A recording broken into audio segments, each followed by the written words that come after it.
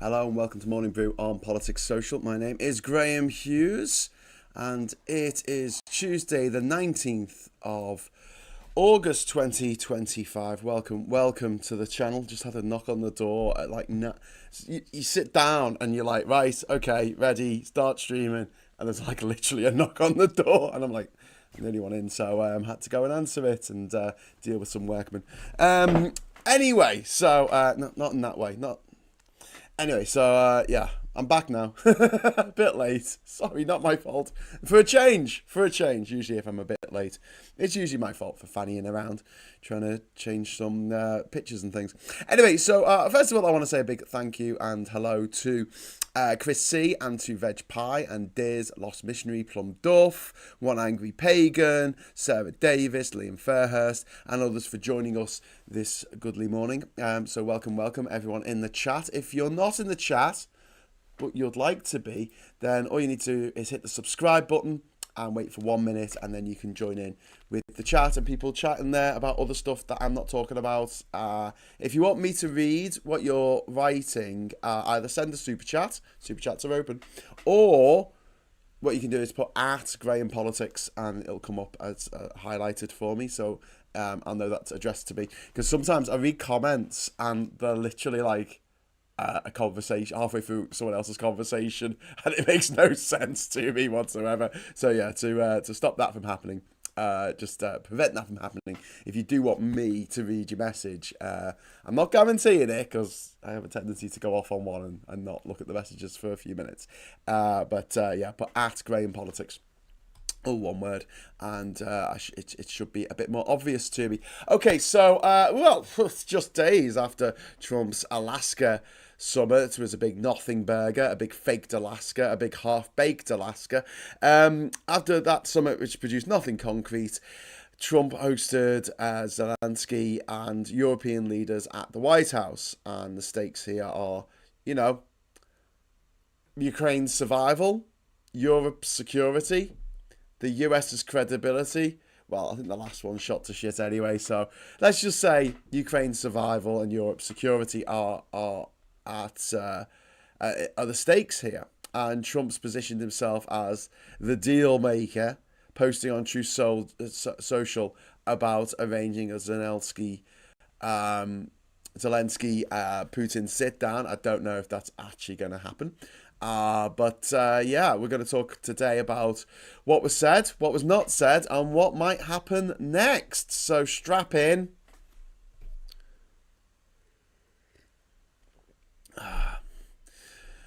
So, Trump announced that he had phoned Putin for 40 minutes during the conference with the European leaders. He claimed he was arranging a bilateral meeting between Putin and Zelensky, followed by a trilateral, including himself. Moscow's response has been non-committal. So Yuri Ushakov said it was worthwhile to explore the possibility, but there was no confirmation of this. Nothing from Putin, of course. European leaders confirmed Trump's account, but with caution. Merz said that persuasion would still be needed to make Putin attend. The next steps are going to be a meeting within 2 weeks between Zelensky and Putin, but possible, but still at this moment very, very speculative. I don't hold out much hope, to be honest with you, but it's the hope that gets you, innit? I've just got a super chat, first super chat of the morning. Thank you so much to Alistair for that. Graham, people can he seem to have problems getting on Discord as link is timed out, but been asked by people to say, I know you're busy. Oh, brilliant. Well, thanks for letting me know. I will make a note of that. Refresh Discord link. So if you are a member, sorry, this is probably annoying, the sound of my keyboard there. I'm gonna, there you go. I just googled refresh Discord link, exclamation mark. I just googled that. That's the reminder. Anyway, but yeah, I'll do that after the show. And if you are a member of the channel, and you can become a member by just joining the channel if you can, if the join facility is available to you, the join button, the joy of the join button is available. All you need to do is hit on that, and you will hopefully, if you go into the trying to do like a social media thing with YouTube. I don't know how successful it's going to be, but yeah, they're trying to do it. They've got like messages that you can put up there, like you're putting a post on Facebook or something, but it's a bit shit because it only allows square pictures. Like Instagram 10 years ago only allows square pictures, and so when you've got a thumbnail and you want to go, hey, I've made a video, here's the thumbnail for the video, it doesn't allow you to do that, weirdly, because it'll just take the middle bit of it, and it won't let you zoom out. So it's just so shit. Like, I don't know what the fuck Google is doing with this social media thing. Anyway, if you go on there, I'll put on a new link to the Discord server, and you'll be able to go and join us if you are a member of the channel. And Miss Paula Thomas, £2 super chat. Thank you very much. That's very kind of you. Re-meeting question is, where will it be held? Yep, great question. I don't know the answer to that. It's not going to be held in Russia. It's not going to be held in Ukraine. And I don't think that Putin and Zelensky want to talk to each other. I don't think they want to talk. I don't think they want to. I'll be very amazed. I mean, obviously, we're going to get into this, but Zelensky's going to do everything in his power to stop this war, to stop his people from dying, to stop their children from being kidnapped by Russians and sexually abused. They're going to try and stop these barbarians coming into Europe and raping and pillaging and doing the most horrific things, torturing civilians, which is what they're doing. They're going to try and he's going to try anything he can to stop that. If that means wearing a suit, he's going to wear a suit. If that means saying thank you 100 times to Trump, he's going to do it, because it's his country at stake, and it's the people of his country, and it's the young people who are being drafted into a war, which, with Putin in charge and with Trump backing Putin up, is going to be a war without end. What I think... Oh, thank you, Umka. Umka's put a couple of euros in. I love a couple of euros. Thank you, Umka. That's very kind of you. Morning coffee or tea? Oh, thank you. It's coffee this morning. Yeah. I know you picked up, but I'm not in Liverpool for particularly good reasons. Usually I'm here to sort of see me family and see me mates and stuff. But yeah, it's a bit shit, this one. But I'll be back to my normal chirpy self, I'm sure, pretty soon. But yeah. Anyway, so moving on. What was I talking about? Where was I? Yeah. So let's talk about the ceasefire debate. This was maddening, right? So Trump keeps saying that he's gonna have a ceasefire. Sorry, he doesn't need a ceasefire. Right. So I just want to read a couple of things if I can get these up. Trump claiming that he's ended six wars, he says. But I'm trying to find the actual. I can't find the Truth Social bullshit. Let's have a look. Trump, he repeated his claim on Monday. India, Pakistan. Oh, there we go. Oh no. I don't want to go to. Oh, I nearly clicked on Truth Social there. No, can't go to Truth Social itself. Oh, okay. Well, I'll just tell you. You can look it up yourself and get the actual wording. But essentially, he put on Truth Social after the ceasefire in Gaza that he had a ceasefire in March, I think it was, and it was all because of him. And with India and Pakistan and with Cambodia and Thailand, he put things on Truth Social saying, I achieved a ceasefire. We had a ceasefire because of me. Because of my efforts, we made a ceasefire happen.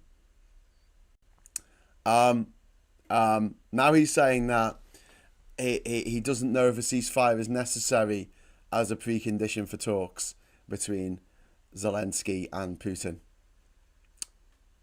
And he claimed to have ended 6 or 7 conflicts without a ceasefire, without the need for a ceasefire, after him bragging a few months ago that he had achieved a ceasefire in some of the...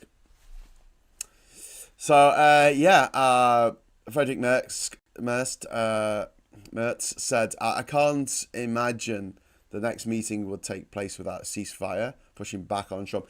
And saying in this meeting that they had at the White House with Zelensky and European leaders and Trump, saying the stuff that Zelensky would like to say, but he had to be nice. He had to like suck up to Trump, so the rest of the European leaders could actually say what he would like to say. Like, are you mad? How are you going to have a peace talk without a ceasefire? How can we talk to each other on a level playing field when you're still bombing our civilians and you're still murdering innocent Ukrainians? And don't forget, Russia is attacking Ukrainians, right? The number of Russians who have been killed in this conflict in Russia is minimal. You right, Dad? Maybe Dad's coughing away there. It's absolutely minimal. Whereas the killing of civilians in Ukraine is measured in the tens of thousands of civilians that have been slaughtered in Ukraine by Russians, by people working for the Russian army. It might not even be Russian, and that is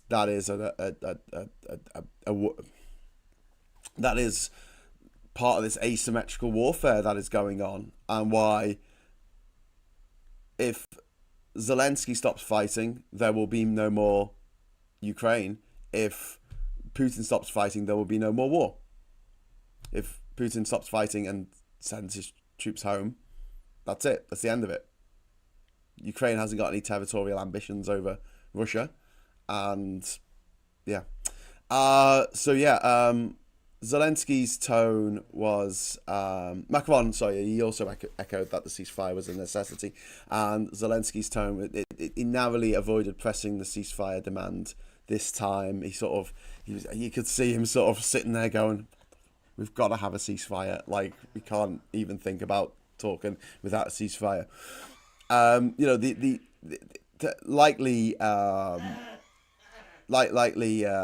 He didn't want to. He wanted to avoid a direct confrontation with Trump on this matter, so that's kind of understandable, considering how mad and precious Trump is. Look, the implications here are crazy. Like, without a ceasefire, Russia can continue military operations during negotiations.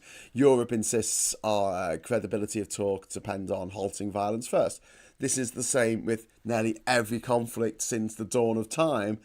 You've had a ceasefire, and then you've had parley. You've had the treaty talks. You've had some kind of compromise that is joined. Sometimes the ceasefire just stays in place.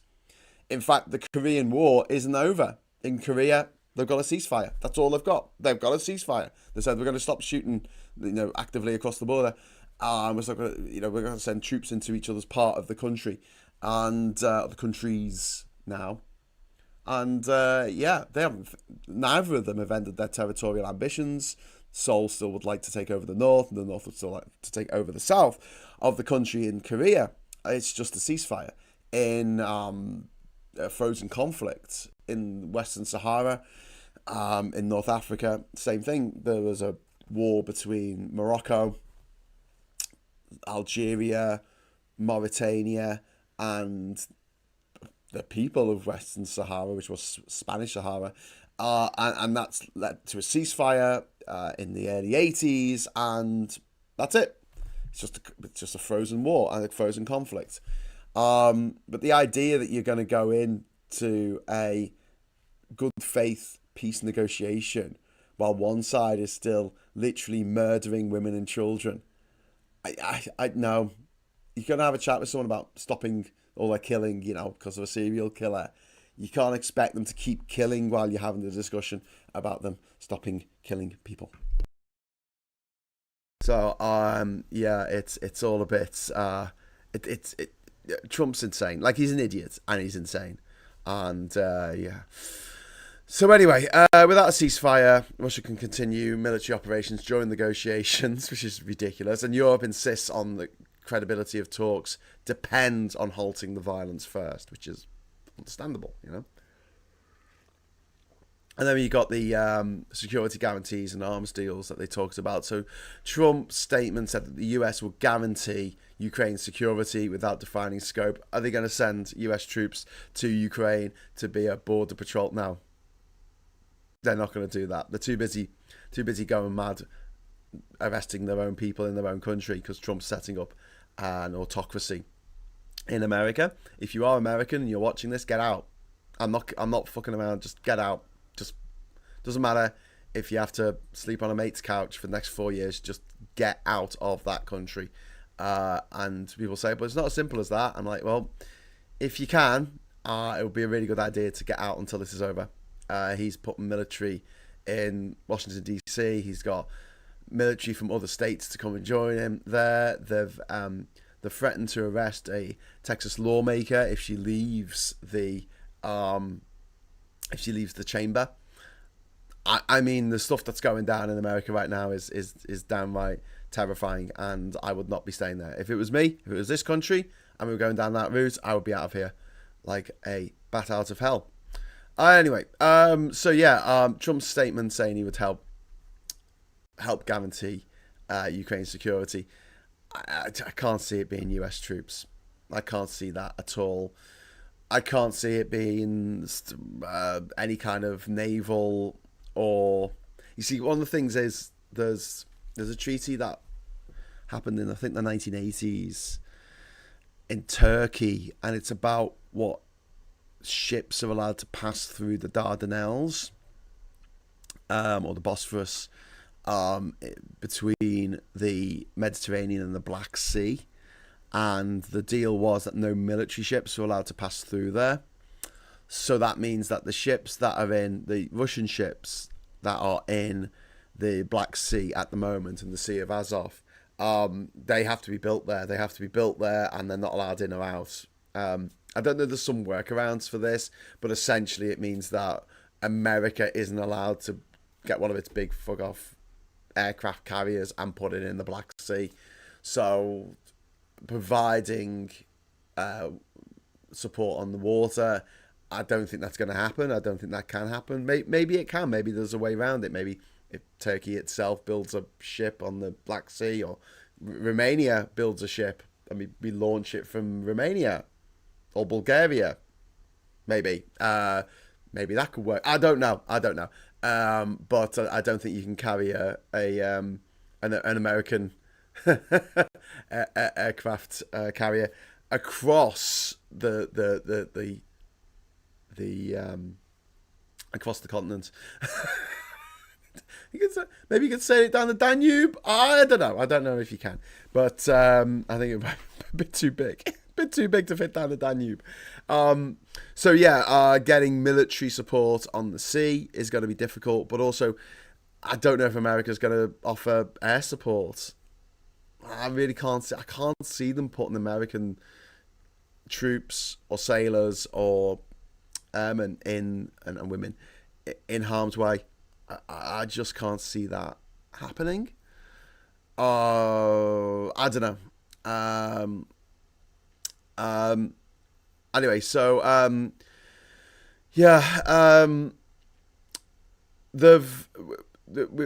it's been emphasised that Europe is the first line of defence against Russian aggression, and that seems to me to say that America doesn't want too much to do with this. They might offer logistical support if we're lucky, but that's about it. You know, that's about it. They're not gonna offer much more than that. Arms, maybe. Well, yeah. So Zelensky announced a $90 billion arms package with the US. This includes like aviation systems, anti-missile systems, and some systems that remain undisclosed. Ukraine will also sell drones to the US, boosting domestic production, which seems weird. Like the country that really needs drones at the moment, and they're making drones for the war effort to protect themselves from the Russian aggression, and they're going to make more so they can sell them to America. This reminds me of the Irish famine in the 1840s, where what they were selling because they had to, or the British were stealing, to be honest with you. And same in Bengal, what little they had was going abroad. But this is it, though. I mean, we'll come back to what the main point, but like, okay, 90 billion arms package, right, with the US. Do you know how that money could have been better spent? Just give it to Trump. Not all of it, a bit of it. 1/19th of it. Say, we will give you, listen, dickhead, right? We will give you $1 billion, right? We'll buy you fucking Bitcoin or whatever. We'll give you $1 billion. And if we do that, we want you to declare war on Russia. And he would have done it. He would have done it for the money, because he's got no morals. He's got no scruples. So just, yeah, okay. War on Russia. Russia, get back into Ukraine, or we're going to bomb the living shit out of your front lines. And, yeah, he would have done it. He won't do it without a bribe. And he's very, very easy to bribe. Of all the world leaders who are easy to bribe in their, basket case countries, he's the bribiest. He's very, very, very easy to bribe. He's very easy to get money to. Just buy a load of his fucking dodgy coin. His Dodge coin. Trump can offer military to help to Putin first, says Umka. Yes, thanks very much for the super chat. Yeah, he probably would. Because, Putin will bribe him. Putin's smart enough to just go, there you go, mate. Here's $1 billion. Do what I say. And Trump will do what he says. And Europe needs to get its head out of its arse without the whole, we don't bribe people bullshit. Lives are at stake. If someone is bribable to do the right thing, bribe them. Just bribe them. Start a bidding war with Russia. We'll win. We've got loads more money than Russia. Russia's got fuck all. Anyway, so the European leaders yesterday stressed that guarantees are essential and they will carry their share. So this is like the security guarantees, which are absolutely essential for any future peace. The idea is that Russia fucks off, and then if it ever tries any of this shit again, Europe has a pretext to actually kick their arse as necessary. And then we've got Macron, Emmanuel Macron, guaranteeing. It said guarantees also means security for the continent, because don't forget, as I keep saying, this isn't going to be within the border. This isn't going to remain within Ukraine. This is going to spread if allowed to, because that's what bullies, psychopaths are like Putin, who throws his best mates out the window, blows them up in planes. The guy's a fucking psychopath. He just murders people for pleasure. He gets off on it. He's a sick fuck. And yeah, you won't stop him. The only way to stop Putin is by doing to him what he does to his best mates. Georgia Maloney guarantees said that guarantees must prevent a war. She said that the precondition of every kind of peace is guarantees that prevent a repeat of this war. And Zelensky said guarantees will be formalized within 10 days, which is good news. So that's something that we can put together in Europe. Really need Trump's permission, but then again, it's all going to be dragged into NATO as well, because was it 30 of the members of NATO are also European countries? Yeah. I think it's only Canada and America who's part of NATO who aren't in Europe. Is that true? Can someone look that up? Someone look up NATO members. There's 32 members, and I think the only two that aren't in Europe are the US and Canada. Oh, Captain Coconut, you've been a member for 1 month, and you are awesome. Thank you so much. There is also Putin's scat video leverage over Trump. Well, I don't think that Trump is asked about that. I really don't. Even if it had him doing the most horrific shit imaginable, like absolutely, oh my god, this is so effed up, you wouldn't believe. Even if that was the case, I will say now,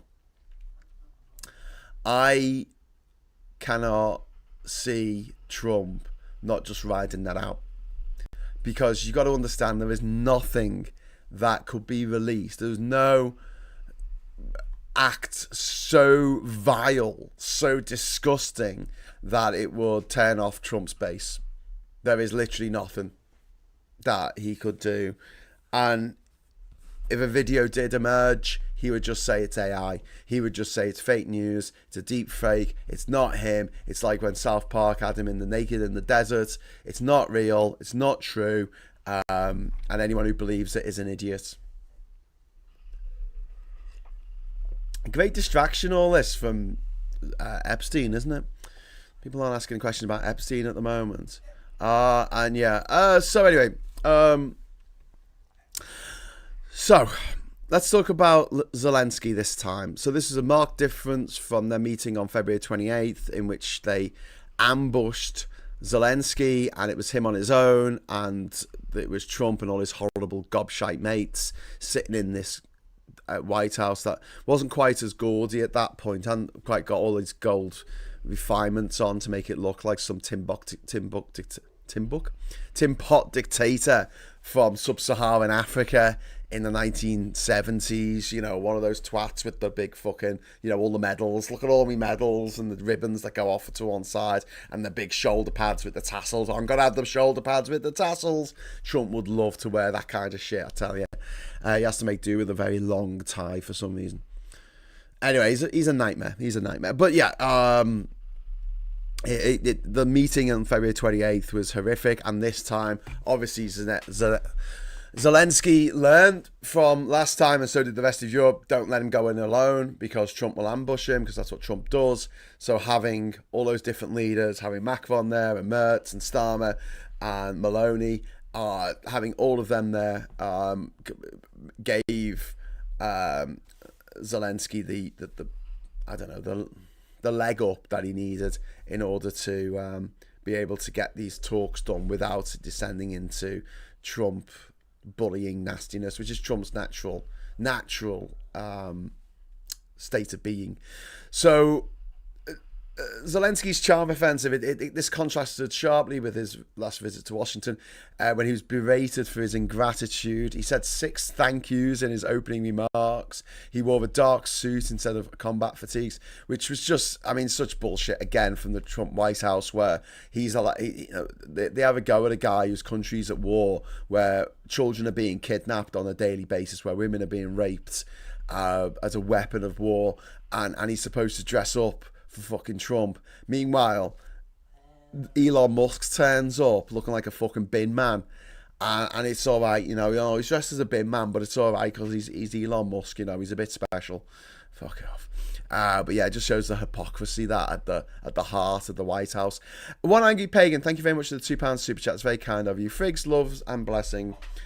We only need US logos and intel. Logos. Logistics. Yeah, I mean, we could do with the troops. Yeah, I don't think they're going to be forthcoming. When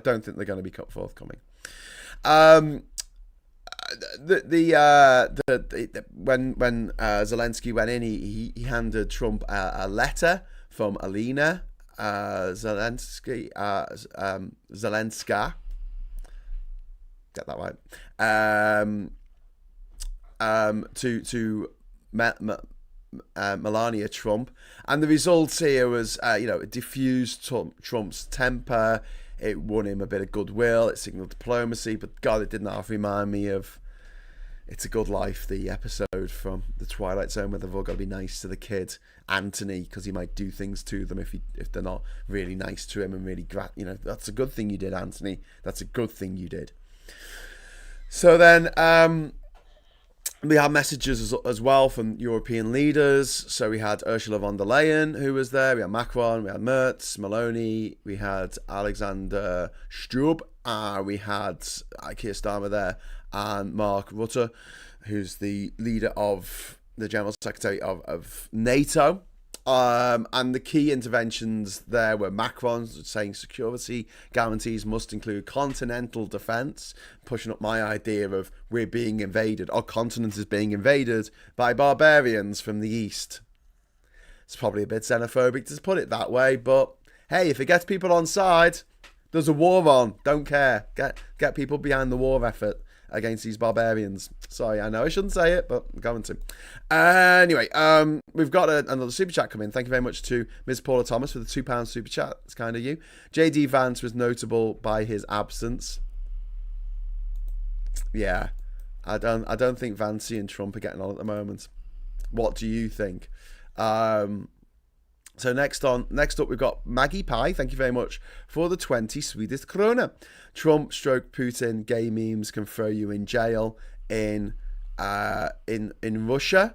That is absolutely insane. Thank you very much for the super chat there, Maggie. If you go to http stroke Putin for Trump.com.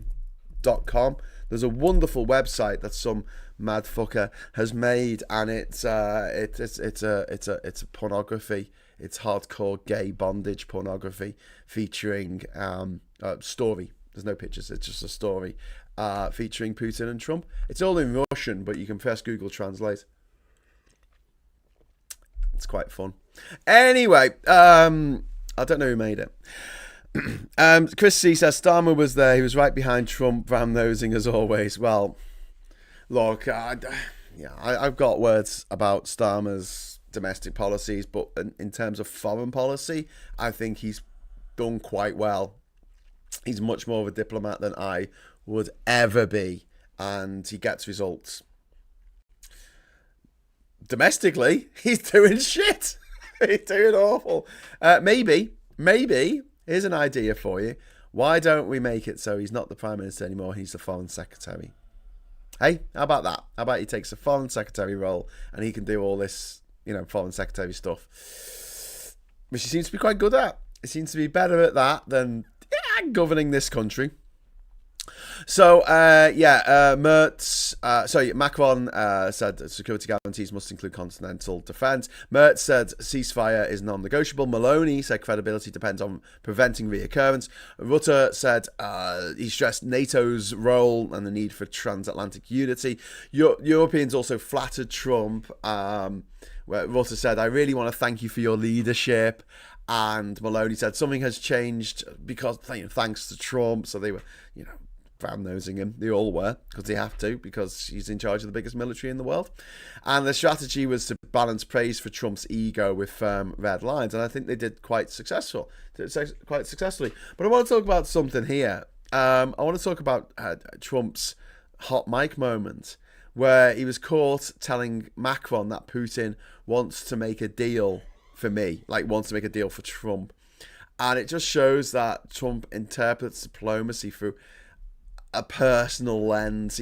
He's not negotiating for Ukraine or for Europe or even for Russia. He's negotiating for himself, his own image, his own, sense of grandeur, his own delusions of grandeur. And his contradictions, which I spoke about at the top of the show. But he said that he'd ended 6 wars this year without ceasefires, and that would avoided a 2-year peace deal that collapses. And yet simultaneously he's floated security guarantees, territorial discussions, and possible US troop involvement, which I don't think anyone believes. But he can't rule out US military, but claims that Europeans must carry the burden. He talks about peace, but he rejects the idea of a ceasefire, and he suggests land swaps on long-term stability. But land swaps, what's he on about? Someone explain this to me. Come on, in the chat, someone explain how the land swap works, because as far as I'm aware, apart from a small incursion into the Kursk region of Russia, Ukraine's got nothing to swap. Ukraine hasn't been taking territories of Russia, whereas Russia literally has been taking territory from Ukraine. They have 20% of Ukrainian territory is now held by Russia. So what are they going to swap? What's the swap? It's like you've taken this stuff and I give you this stuff if you go away that I've got, and Ukraine hasn't got anything of Russia. This is why I think we should just invade Russia. We'll swap St. Petersburg. How about that? We turn up on a cruise ship to St. Petersburg, for a day trip, and then when the boat gets in, it's full of soldiers. Anyway, everything opens up. It's like a guns inside. Just take the shit, blast the shit out the Winter Palace. No, I'm joking. I wouldn't do that. The Hermitage. Wouldn't do that. Maybe I would. Anyway. So yeah. This is as was I think it was Michael Kimmage said, described it as fantasy diplomacy. It's just it just got, there's no practical way of making this work, and Trump is just full of contradictions because he's got fucking Alzheimer's or something. He doesn't know what's going on. He forgets what, you know, the last person who had his ear is the last person who is who we'll talk about, whether that is you know, if he's got to talk about sharks and batteries or the size of a golfer's schlong, or he's got to talk about Hannibal Lecter, or how he hates windmills or whatever. It's just the last person he's spoken to. He'll just talk about that because he's got no long-term memory anymore. It's all been eaten away for years of probably drug abuse. I don't know. He looks like the type, you know, rich person. Anyway, rich in the 80s. Do you think he didn't do a load of coke? I think he did. How do you bankrupt a casino unless you're a massive coke addict? There's a question for you. People are saying, I'm not saying this, people are saying this. I'm just asking questions. But look, even as these talks are happening in Washington, yesterday Russian strikes were killing civilians in Ukraine. There was at least 10 dead in Kharkiv, including a toddler and her 16-year-old brother. You know, negotiations without ceasefire mean ongoing loss of life. And, you know, we've got to talk about what happens next. Within 10 days, security guarantees need to be formalised, and we need to see whether concrete commitments emerge. Within 2 weeks, we might see a Zelensky-Putin meeting, followed by a trilateral meeting between Zelensky, Putin and Trump. But this is dependent on Kremlin confirmation. Potential outcomes, like the best case, concrete guarantees, ceasefire agreed, negotiations progress. Likely case, talk is going to be the talks drag, Russia stalls, conflict continues while diplomacy buys Putin time to rearm. Worst case, Ukraine pressures into territorial concessions, Europe is split and Western unity erodes. So, will Russia confirm a summit with Zelensky? What forms will the guarantees take? Will they be NATO style or will they be ad hoc pledges? And will Trump continue to direct coordination? Will continue direct coordination with Putin over the heads of his allies. So, you know, the summit showed that Europe is united on ceasefire and on guarantees and on skepticism of Russia. Zelensky adeptly navigated Trump's ego, so it was a bit of a case of in that respect. But Trump's inconsistent, self-centered and unpredictable nature came to the fore. As always, we don't know what he's going to do next. And the outcome hinges now on whether Putin engages with this and whether Trump pressures Ukraine into concessions, which you don't want to see. So yesterday was progress. It was kind of progress at gunpoint with a petulant toddler, which is what Trump is. With bombs still falling on Kharkiv and a US president more interested in playing kingmaker than stopping the killing. So it is just it's a step in the right direction, and I will give credit for that because I have to, because, you know, I am fair-minded. However, it does base any future goings on two things: Trump's mercurial nature and Putin being reasonable. And those things are very difficult things to base peace going forward upon. Chris C says, since the end of World War II, Russia hasn't been invaded. However, they have invaded several other countries. Yes, they have. Kaliningrad, Andrew. Thomas, yeah, Kaliningrad. Let's take Kaliningrad. Let's just take it. Let's just have it. We'll add that. Tell you what, you can have half of Donetsk. Maybe make it Crimea. You can have half of Crimea, right, dickheads? You can have half of you can have Crimea, and we'll have Kaliningrad, and make it German again. Make it Prussian again. Make Prussia great again. Thomas, two great appetites of the soul: the urge to independence and self-determination, the urge to self-transcendence, refused with and interpreted in the light of a third, the urge to worship, says Thomas. I don't have an urge to worship. I really don't. I don't know why I don't contain that gene. I don't have a religion gene. I don't like putting anyone on a pedestal, like anyone, because I learned at a very early age that people just let you down. And especially deities, especially heroes. Don't never meet your heroes. And if you are a hero to someone, don't meet your followers. Because you're only going to disappoint them.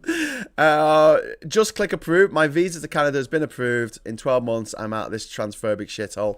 That's really great news that your visa's been approved. Just click approve. I'm so sorry that it's come to this in this country under a Labour government. Under a Labour government. I can't even believe that. You're right. My dad's not doing so well, by the way. So when I'm in Liverpool, I don't know if you know, but like my dad is suffering from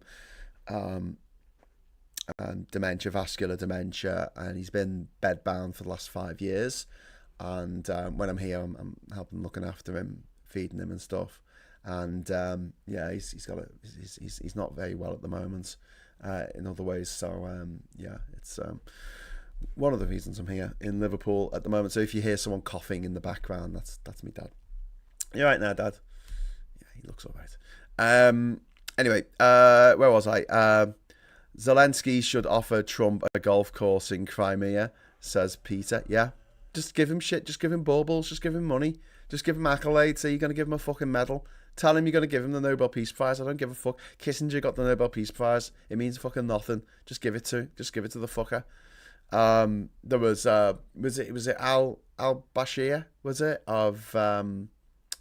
of Sudan? Did he get the Nobel Peace Prize? Oh, no, sorry. No, it was the leader of Ethiopia. Oh God, his name escapes me now. But they gave the Nobel Peace Prize to the leader of Ethiopia, and then a year later, he killed a load of people in like the Tigray province up in the northeast of the country. Yeah. So yeah, I'd just give him a gong. Just give him a gong. Give him an Oscar. Give him an Emmy. Just give him all the things that he wants. And if you can get Russia to fuck the fuck out of Ukraine on the back of that, then cool. If you are nice to someone or make someone smile, somewhere a Tory cries, says Captain.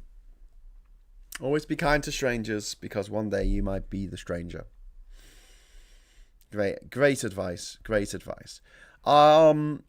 Lee Marvin fought in the Pacific with the U.S. Marines, buried in Arlington as a private first class Marvin.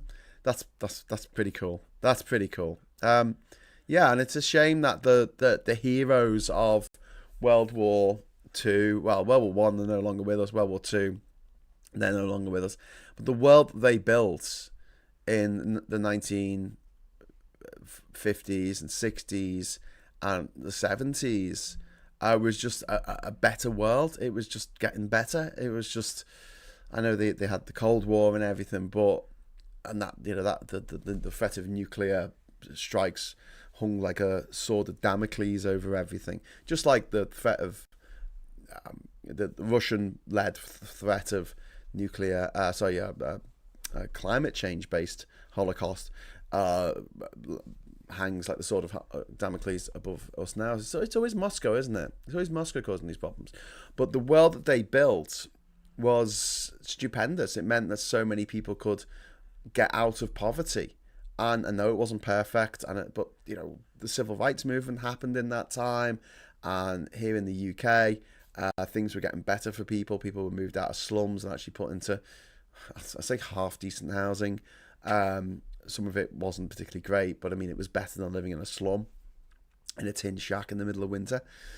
And people got more amenities. People had a fridge. People had an indoor toilet. Don't forget, like toasters and TVs and things like that, which were once things that only the upper class could afford, and people could afford cars, unfortunately. But yeah, the world did seem to be getting better. And then 1980s, along comes Reagan and Thatcher. They privatise everything. They sell the country's silver to foreign investors, and that they believe in trickle-down economics, which just doesn't work. I was discussing with a mate of mine yesterday who's a bit of a right wing. He loves the free market, and I was talking about gigs, talking about gigs.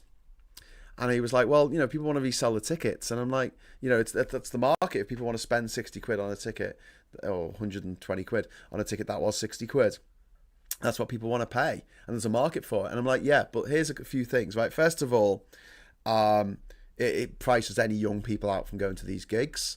So they just don't bother. But secondly, it means that instead of going to a gig each week or one gig a month, you might only go to one gig in 6 months.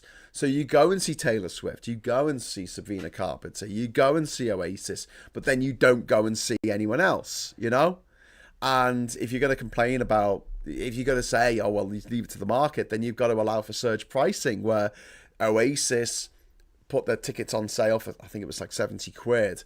But then when you finally got through to buy the tickets 2 hours later of waiting in the queue, you had to, the price had gone up. The price had gone up to like £300 each or something. And you had 5 minutes to make the decision. Now, if you're spent 500 quid or 600 quid for 2 tickets for an Oasis gig, you're not going to see any more gigs for the rest of the year. You're not going to go to any more festivals. So all those bands are going to lose out. So yeah, leaving everything to the market to decide is bullshit. We have to ban ticket reselling, except for official sites, and they, that sell the tickets. You can sell them back. You get a refund. You get a total refund for what you bought the ticket for, and then it can be sold again for the cover price. No one's price, and it's the same in times of war, when people price gouging and profiteering in times of war, or in times of COVID. And you need a government that will stand up and say, no, the market can't just do what they want. But Thatcher and Reagan were like, the market should decide everything. And to go from a world in which you could afford a nice semi-detached house in the suburbs on one income, and now rent is through the roof, mortgages are through the roof, houses are going, little tiny houses are going for £500,000 for a little one up, one down. It's insane. It has gone absolutely nuts, and that's because it has not been constrained. Capitalism needs to be constrained by socialism. It's a yin and yang situation. We need socialism. We need the governments to step in and say, no, that is unreasonable. That is an unreasonable amount of money for you to earn. When you look at someone like Elon Musk, don't look at him too long because he's really fucking ugly, but he's gone from being worth £12 million just 15 years ago to being worth over 250 billion. How does that go from 12 billion to 250 billion in that time? That is just so wrong, and that is because of price fixing and just general scumbaggery. Viper Scott, thank you very much. Graham, my mum had that, my friend. Hugs to you and yours. Oh, thanks, Alistair. Thank you, mate. That's really kind of you for the super chat. And yeah, it's not great. It's really not great. And the difficulty is, and I don't think my dad can understand what I'm saying anymore. So, but you lose them twice. The guy who was my dad, he's not there anymore. It's the guy who looks like my dad, which is, heartbreaking. Sending love to your dad. Oh, thanks very much, Chris. And Diz is there. Big love to your dad. Oh, thank you. Martin says, if you want a distraction, I'll buy you a pint at the Five Ways. Won't be able to hear a word you say. Mind you, says Martin, I'm not going to the Five Ways, mate. It's a fucking Weatherspoons. Never spoons. I'll meet you at the Chilwell Abbey. Chilwell Abbey has a EV plug-in place, so when we go there, we can plug in the car and get it charged up. Jolly Miller as well. Jolly Miller has fast on Queen's Drive in West Derby. That has a fast charger in it in the car park. It's great. It's a good excuse to go to the pub. So I'll meet you in the pub so I can charge my car. And then you come out and your car's all charged up. It's great. But yeah, Martin, get in touch because I'm here all week. I'm here all week, as I say usually when I tell a shit joke.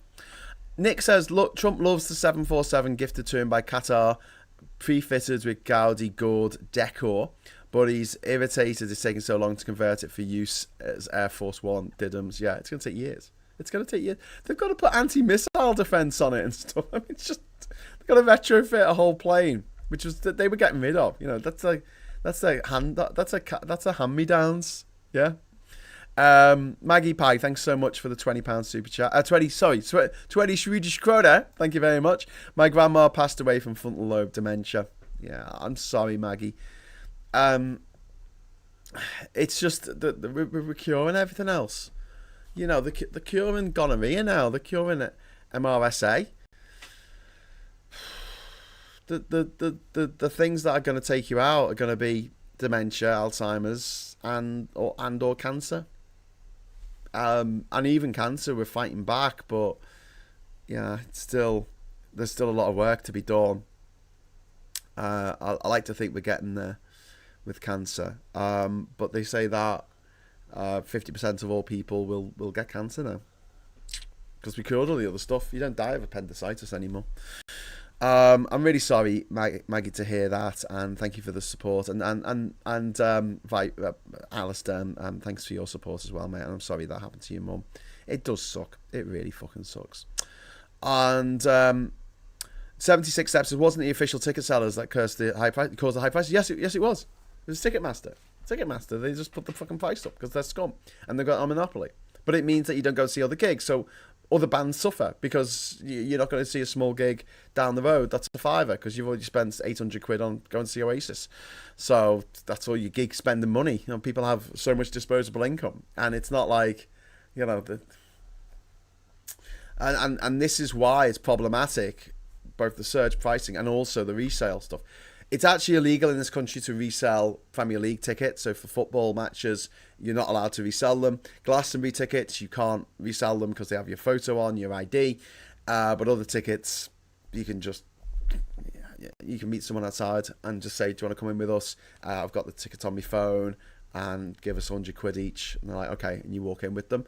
It's too easy. It's too easy to tout, and some people, that's their job. They're a professional tout. Now, touts when I was a kid, back in my day, were some guys hanging outside the venue going, any tickets for sale, buy your tickets, buy your spares, any spares, anyone want some tickets? And you'll get your ticket for Pulp, which should have been £12.50, you'll pay £40 for it, but, you know, at least you can still get into Pulp. But at least I'll make the effort to go out and walk up and down, you know. Now, they're just people sitting on the internet, you know, just buying loads of tickets with gigs they don't want to go to, so they can resell those tickets for loads more money. The artists ain't getting any more money because of that. The venue's not getting any more money from that. People are profiteering off the talent and the industry and the labour of others, and all they're doing is buying stuff and then they're selling it for twice as much because it's a scarcity. It's a scarcity market.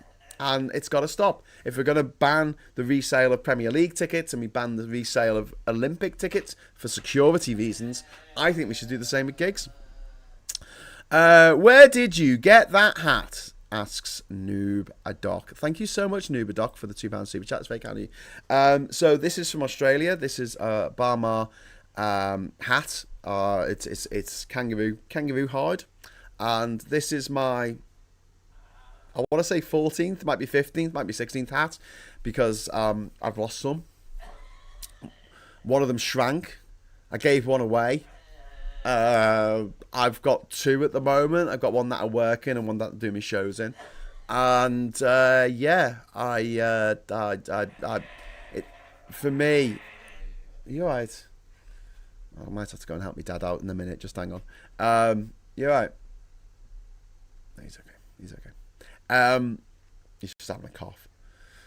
I was going to say, my hat. You asked about my hat. I love it when people ask about my hat. Let me tell you about my hat. So I got my first hat 23 years ago in Alice Springs. I bought my first Australian Akubra hat in Alice Springs, and I wore that all around the world for a few years. Lost it at a gig. Lost it while watching. I was crowd surfing with my hat on. Never a good idea. To the Pixies. The Pixies. Was that a Pixies gig? I've been drinking. But yeah, so since then I've various hats, but I always wear them because I'm ginger and I burn in the sun. And if I go out when it's sunny, it's a bit overcast today here in Liverpool, but I will burn. I will burn in 5 minutes, and spent a lot of time travelling around very hot countries, Saudi Arabia and Qatar and Dubai and United Arab Emirates and Western Sahara. and yeah, I don't like to burn, so with a hat on, it means that you don't have to put on sun lotion on your face, which I hate doing because it's all slimy. RFK research, sledgehammer whacked cancer research, says Maggie Pie. It did indeed, Maggie. What that man's done, he's led to the deaths of millions, the painful deaths of millions. The man is absolute fucking scum. I would like him to go for a long walk off a short cliff. Miss Paula Thomas, thank you very much for the £5 super chat. My dad is 104. Whoa, Paula Thomas, that is a very, very good innings. 104, not out. Has had some dementia for a few years, but he can still remember who we all are. Your father must be about my age, too early for dementia. No, my dad's 88. He's 88. So yeah, he's getting on. He's getting on. And I'm the youngest of four. So if my sister was still with us, that's my sister there. That picture there, that's my sister, Nikki. If she was still with us, she'd be 63. She'd be 63 now. We're all getting on. Chris C says, Captain Thanks, it's not the worst autoimmune condition. It just means I can't absorb B12 or iron as my immune system attacks the enzymes that are needed to process B12 and iron.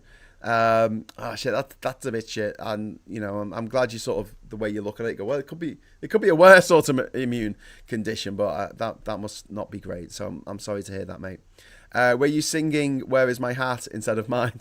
Yes, I was. It was all the scissors. It was all animatronics' fault from the Scissor Sisters. She got me drunk, and then I lost my hat. But yeah, so I got another one. And I used to just get them when I was in what's that place called? Australia. But I haven't been to Australia since 2012. So now it's just I'm back, and I just get them through the post. So what I'm going to do now is I'm going to head over to the papers just briefly, because I do need to go and give me dad some food for second breakfast, Gandalf, second breakfast. So I'll go and do that in a moment. But first, let's have a quick look at the papers and how they are reporting the meeting yesterday between the leaders of the sort of free world. Here we go. Jump into here. So we've got Ukraine Peace Summit here. It's summit like a peace thing. Stalemate. Trump's security offer to Zelensky is rejected by Russia. Ukraine leader, I am ready for direct talks to end the conflict. Donald Trump's peacekeeping efforts for Ukraine look unlikely to break the stalemate. So there you go. And Little Mix Perry from Little Mix saying, my second baby anguish. I hope that's not a terrible story. And then we've got what Sally Rooney did next. I don't know who Sally Rooney is. I don't know who she is, so I don't know what she did first. Never mind what she did next. What did she do? I had no idea. Trump offers very good Kyiv security guarantee. We will be involved, pledges US president after Zelensky hails positive meeting at the White House. So rather a different cover there from the Mirror. Rail journeys disrupted as dry weather affects tracks, which is understandable because we've been having unusual weather and we don't build things for every eventuality. You know, we've built train lines for a country that has a lot of rain and is moderate temperatures, not a country that has no rain and has stupid desert temperatures. We've built railways for our terrain and for our climate, and unfortunately the climate is changing, and because of that the terrain is changing as well. Bake Off's new batch, a new series of Bake Off is on the offing. Oh my god, it's autumn already. And then we've got Daily Express here. Trump, US will ensure any deal works. President doesn't rule out sending American troops to Ukraine. It's vowed America will ensure that a deal to stop the slaughter in Ukraine will work. Yeah, good luck with that.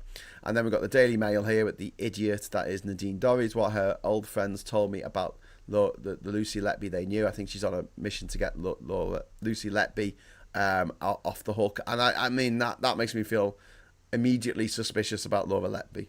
I know there was failings that went on in the hospital as well, and those people involved in those failures should be brought to account because of those failings. But it was all a bit too coinky dinky, far too coinky dinky. Like, we're talking a lot of babies. We're talking who actually died or were seriously ill under her watch. It was electric with Jeopardy, a chess match with live grenades.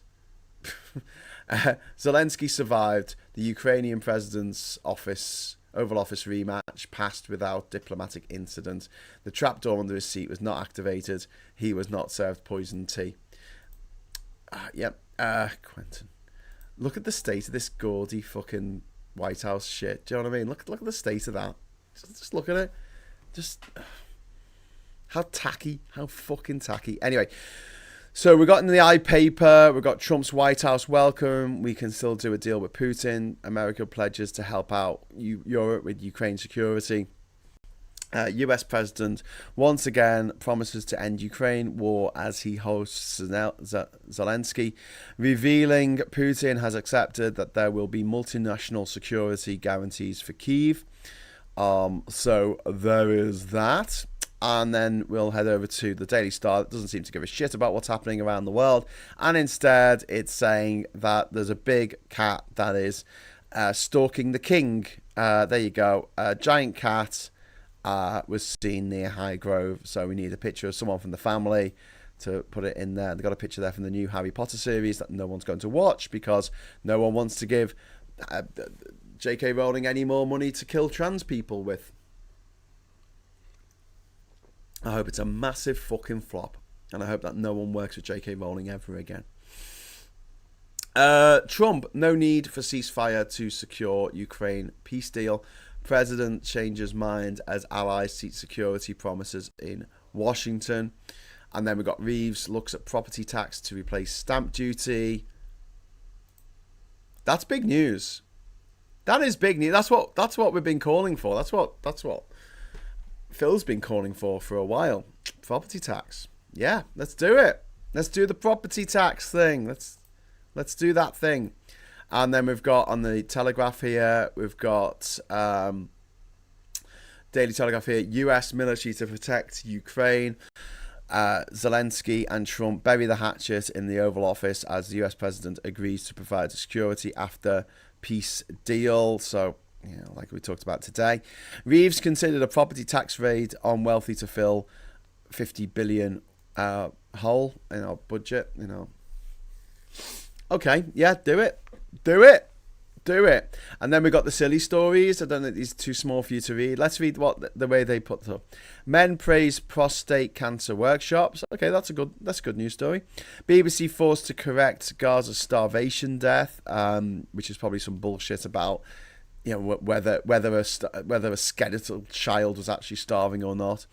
Lucy Burton there. Bosses don't care about degrees anymore. They want actual intelligence, which is a big win for the private school mafia because it means that they can say, well, you don't need degrees. Only the plebs need degrees. We don't need degrees. So this is something that has been true about the private school mafia for a very long time. They don't need qualifications. They could have been kicked out of their school, or expelled. I think what's his name, Loser Fox was expelled from Harrow. James O'Brien was expelled, I think, from Ampleforth, and other famous people. And every year when the A-level results come round, I got a super chat. Sorry, that shouldn't have come up. Every year when the A-level results come around, we always have Jeremy Clarkson telling the world that he flunked his A-levels, and he's got his own farm and a Oscar and a private island or whatever now. And I'm like, yeah, you went to private school, mate. Your parents were millionaires. The secret ingredient is money. If you get money, you don't need to do well in exams. You don't even need to try because things will fall into your lap. And if you don't believe me, I have 2 words for you, my friend. Matt Hancock. Matt Hancock. And if you don't think the private school mafia is a living, breathing thing. I've got a bridge to sell you, because whereas over 60% of the presenters on LBC are privately educated, 100% if Zach Plansky wins the Green leadership, which he looks like he's going to do at the beginning of September, you're going to have the leaders of all major parties in Westminster that aren't Welsh or Scottish or Northern Irish. They are all going to be privately educated, all five of them. Tell me it's a coincidence. And I'll shepherd you towards privateschoolmafia.com. You have a look at that list, and then I tell you what, as a challenge, if you want to try and make another list, that's because my list has got over 1,250 names on it. So if you think you can beat that with people who went to state school, but to make it fair, because only 7% of people in this country went to private school and 93% of us went to state schools, I want you to make a list of 16,000 names of people in the public eye who went to state school. People in positions of power who went to state school. Off you pop. Good luck with that. You'll run out of professional footballers and Labour politicians pretty soon. So, moving on. Fart seems awfully inconsistent on seeing men in suits for a supposedly straight man. Insistent, says Gallifreyan. Awfully insistent. Yeah, it's just a power play, isn't it? It's just I made you wear a suit. Colin Baker says, Privatised spent months questioning how the Lucy Letby case was handled. I'm keeping an open mind. I agree that the way it was handled and the way that the hospital responded, and the warning signs that were not seen led to the deaths of more babies. But I just find it, and I know that I'm making the argument from incredulity here, but most nurses are very unlucky to have one baby die in a given year. She had several. And yeah, people were talking about the fact that it seemed a bit strange, the amount of, sorry that I keep I'm using my webcam, and it's particularly sensitive. If I move the table at all, it wobbles about a lot. But yeah, I just feel like it seemed a bit too unlikely that so many babies would die or get seriously ill.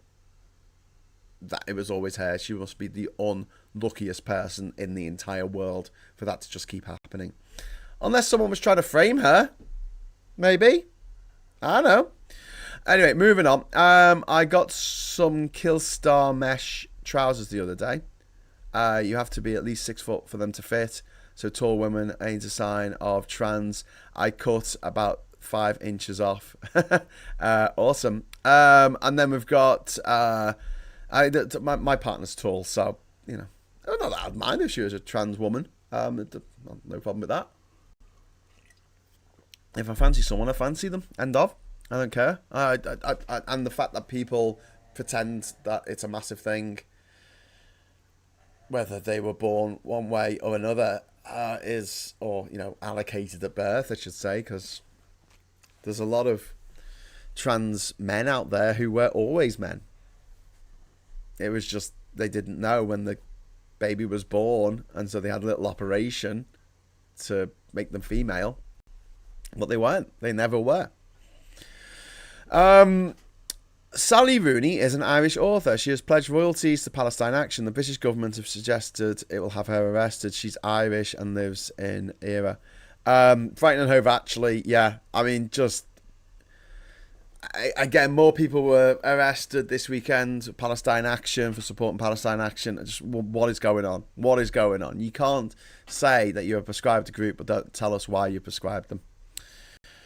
Or at least you allow people to support them until you're proven in the court of law, if you're waiting for a court case, that they're actually guilty of whatever it is that you think they're guilty of.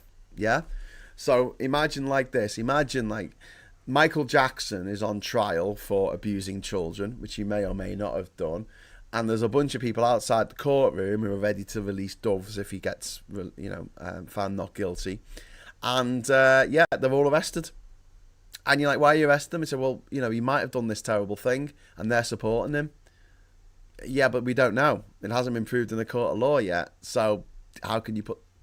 And I feel the same way about Palestine Action. They're taking the UK government to court and saying, we're a prescribed group, but they won't explain why we're a prescribed group. And, if they have done something to justify them being a prescribed group, I'm sure people will stop supporting them. But until then, we don't know. We don't know. Very irritating. And, Nick says, wage... Oh, the chat moved. Wage rises and taxes are a tedious distraction and unsustainable. Rejoining the single market would cut inflation and therefore the cost of living far more than anything domestic party politics can deliver. Yep, couldn't agree more. But we can't. I mean, I saw the latest stats and they were like, only 29% of people support Brexit. It wasn't that. It was that if there was a referendum tomorrow, 52% would vote to stay in the EU.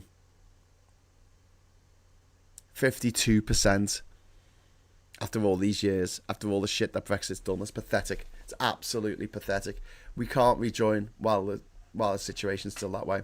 We need overwhelming support to rejoin the EU. Otherwise, the EU's not going to let us rejoin. It's as simple as that. And we can complain about the government doing the wrong thing and not leading the way on this and not rejoining the single market. But the horrible reality is that most people in this country have been brainwashed by Murdoch and Rothermere and gobshites like that into believing that the EU is the source of all their ills. It's the reason their dog died. It's the reason they can't get it up. It's the reason why their wife left them.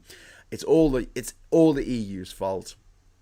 And that's what they believe. And if only 52% of people in a poll say they would vote to rejoin the EU tomorrow, that is really demoralising, and makes me understand why Labour are just not going near it. Just, forget it. Until we've got at least 66% of the population saying, yes, we want to rejoin, without having to squint, without having to rely on surveys that are an outlier or, phrased in such a way that makes the result inevitable.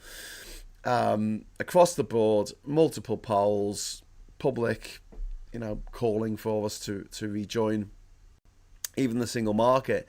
We need to be louder. We need to be more talking about this. And Nick, I don't think that it's up to the government. I really don't. I think it's up to us to get people on board. And instead of saying Labour should do this, I think it's we should go out and make the case for rejoining the single market and explaining to people how much better off we'll be and how much cheaper beer would be if we rejoin the single market. That's the Achilles heel, beer. George only. Graham, you mean intersexed, don't you? Says George. Yes, lots of babies are born intersex, and the generally, if they have to choose a gender at that age, the pediatricians will choose female because it's easier. So there's a lot of boys who are born, but they don't know if they're boys or not. And so they're brought up as girls, and then when they're a teenager, or even before they're a teenager, usually before actually, they go, hang on, I'm not a girl. I don't feel like a girl. Sorry, I don't feel like a girl. And that's why there's more trans men than trans women. And but I mean, it's got nothing to do with me at the end of the day. It's got absolutely nothing to do with me. And it's got nothing to do with J.K. Rowling or Keir Starmer or Wes fucking Streeton. It's got nothing to do with us. It's people living their own lives in the way they want to live their lives. Why should we be putting barriers up? Why should we be stopping them from getting medication that they need? Why have they banned puberty blockers for trans kids but not for cisgender kids? Why? There's no reason for it apart from cruelty. Just performative cruelty. Makes me sick. Maggie Pie says people's obsessions with baby bits is kind of creepy. Hey, yeah, exactly, Maggie. It's none of our business. It's none of our business at all. But this idea that you are, it's a stupid. It's an idea for stupid people who can't handle nuance or complexity. They can't deal with the messiness of everyday life. But like everyday life is messy. Relationships are messy. Sexuality is messy. The way we live our lives is messy. The way we make babies is messy. Like, I'm sorry, but it just is. And there's no on-off switch. It's not digital. It's not binary. Hardly anything in life is binary. You say, oh, we've got male and female. Yeah, but then you got intersex people. What about them? Oh, well, there's not enough of them to count. I'm like, fuck off. There are. They're just like saying, oh, we're not going to treat this disease because there's too few of you that have it. It's like... 1 in 1,500, says Pygmalion. There you go. Until the MSM portrays the true picture of the benefit to the EU, we are lost. I'm not holding my breath, says Jane Lockwood. Yeah, I absolutely agree. Bad Fairy says, I'm friends with 3 trans men. I'm lucky enough to know 2. 2 people I actually know in my personal life, and then there's a few that I know through doing the doing stuff on social media. But yeah, all the trans people I know, and all the trans people I've ever met in my life, are the sweetest, kindest, most conscientious, most beautiful people that I know. Honestly, they are lovely. They are lovely. And to be portrayed in the media and by the fucker J.K. Rowling as sexual predators is just disgusting. It's just beyond disgusting. And if we did it against a group, a minority, if we said all black people are sexual predators, we don't want black people using our toilets, people would be a bit more aware of just how fucked up that sounds. But for trans people, it seems to be okay to discriminate in the most horrific way. And like I've said, I think this is going to probably be my last Labour conference that I go to next month. I'm gonna make my voice heard, and wherever I can. And I think I'm done with Labour, and I'm not. I don't want to be giving them money each month, and I don't want to be supporting them after this. I think that what they're doing and the road they're going down is so outrageously ridiculous. And let's look at this for a moment. 3 of the people who supported Labour in my life, the most, people like Phil Morehouse, they've left the party. Subotansky's left the party. The other people I know have left the party who were members because of the route that Labour's gone down. Now, it might not be. For me, it would be about the vilification, the cruelty towards trans people. That's why I will leave.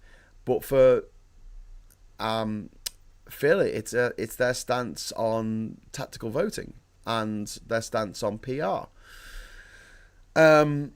We need proportional representation. We absolutely do. And if they're going to say, if you vote for another party, or if you say you voted for another party tactically to keep refuck out or to keep the Tories out, we're going to throw you out the party. It's just ridiculous. Femi was thrown out the party. He was thrown out, and these are people who have, especially like Subotansky, Femi, and Phil, put them together, and their reach is in the millions. It's got to be, because Phil's got 200 million. 200 million, God. Imagine 200,000 subscribers on his channel. Like, and it's not, they're just the people who subscribe. People watch videos. A lot of people watch these videos who aren't subscribed. In fact, subscribe to the channel. If you're not already subscribed, you should subscribe now before I go. But there's a lot of people who watch the videos who aren't subscribed. And the reach across different platforms on TikTok, on Twitter is amazing, and Labour's just saying, "Oh, we don't want you. We don't want you." And Phil says, "Oh, but the election's 4 years away. Don't worry." Come on. By the way, if Phil and I have a debate, right, and you feel the urge to write a comment, and you want to come down on my side or you want to come down on Phil's side, that's fine. But can you not insult either of us? Can you not call us names? Can you not say, oh, well, I agree with Graham because Phil is blah, blah, blah. I agree with Phil because Graham's an idiot. Can you not do that? Because it's not very helpful. It's an ad hominem attack. and me and Phil are mates, and we've always got to be mates. We're not going to fall out over any of the debates that we have on this channel. And yeah, we're both too ruthlessly pragmatic to allow that to happen. But yeah, please don't do that. Please don't, especially that whole thing of like, oh, you don't know what you're talking about. That really winds me up because, you know, I don't know everything, but I do have a degree in politics. I have been to every country in the world, which is a lot more than everyone. So, yeah, there's stuff I don't know, and if I had a researcher, if I had a producer working for me, I could have things coming up on my screen in real time to make sure I'm absolutely on the money on stuff. But let's just say I've got a general idea about what's happening. But it's a lot of stuff to stuff into a tiny little head. Well, I've got quite a fat head actually. XXL, I think. A very important point, Graham. Transgenderism is none of Rowling's business. She might try to say it is, but when it comes to toilets, but it ain't. Yeah, absolutely. George, thank you very much for being a member for 23 months. Nearly 2 years. But it is absolutely nothing to do with anyone else. It's like it's like gay marriage. It's nothing to do with me. Nothing to do with me whatsoever. Unless I'm the one getting married. Unless I'm the one not getting invited to the gay wedding. Never gone to a gay wedding. If someone's getting married and they're gay or lesbian, you know, invite me along. I want to go. I want to go to a big gay wedding. It's not fair. I've never been to... Kat's been to a gay wedding and I haven't. Disgraceful. Anyway, totes gels. Ms. Paula Thomas. Oh, I pressed the subscribe button instead of the super chat button. There you go. Even Neil Kinnock split with them over the 2-child cap. That's crazy, isn't it? Neil Kinnock, former leader, who's always been, you know, he's been part of Labour all the way through, and yeah, he's like, why are you keeping this 2-child cap? Thanks very much for the £2, Paula. When was Femi thrown out of Labour? Colin, he joined in when he tried. I think he was thrown out during the whole Brexit thing. I was thrown out as well at the time, and he tried to rejoin in 2020 to vote for the leadership in the leadership election, and they wouldn't let him join. They wouldn't let him rejoin.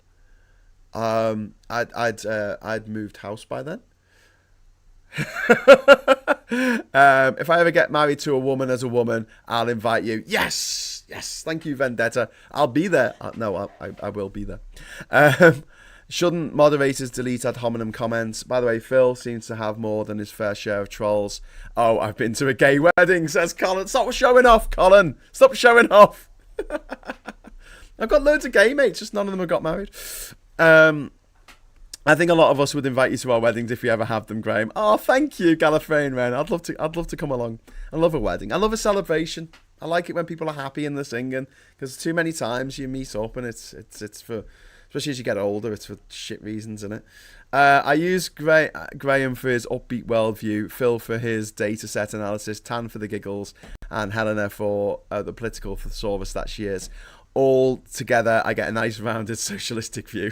Thanks very much, Captain Coconut. And yeah, we don't have to agree on everything. We don't have to. We don't have to. Me, you, the audience on these shows, and me and the other presenters on here and on other channels. We don't have to agree on everything.